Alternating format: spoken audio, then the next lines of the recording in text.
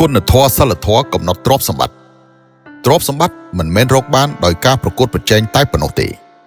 ប៉ុន្តែពឹងផ្អែកលើគុណធម៌សិលធម៌ដែលបង្កើតមកម្ដងមួយដំណក់មួយមនុស្សដែលមានគុណធម៌ល្អអាចបង្កើតសម្ព័ន្ធភាពល្អបានច្រើនកាលណាមានសម្ព័ន្ធភាពល្អច្រើនប្រជាប្រិយភាពក៏ខ្លាំងហើយកាលណាប្រជាប្រិយភាពខ្លាំងទ្រព្យសម្បត្តិក៏ហូរមកដោយធម្មជាតិ 2. ចេះធ្វើជាមនុស្សទើបចេះធ្វើការងារទទួលបានចិត្តមនុស្ស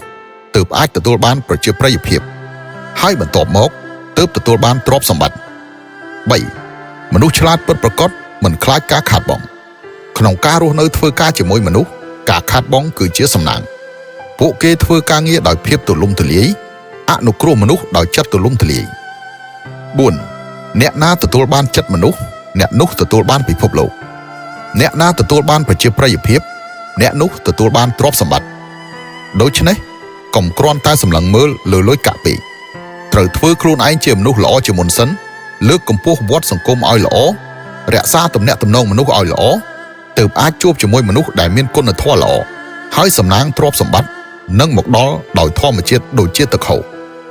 ដូច្នេះជោគជ័យក្នុងអាជីវកម្មមិនគ្រាន់តែពឹងផ្អែកលើបច្ចេកទេសរកលុយប៉ុណ្ណោះទេប៉ុន្តែពឹងលើការកសាងគុណធម៌ការបង្កើតទំនាក់ទំនងល្អនិងការឈ្នះចិត្តមនុស្សដែលនឹងនាំមកនូវប្រជាប្រិយភាពនិងទ្រព្យសម្បត្តិយ៉ាងប្រកបនៅទីបំផុត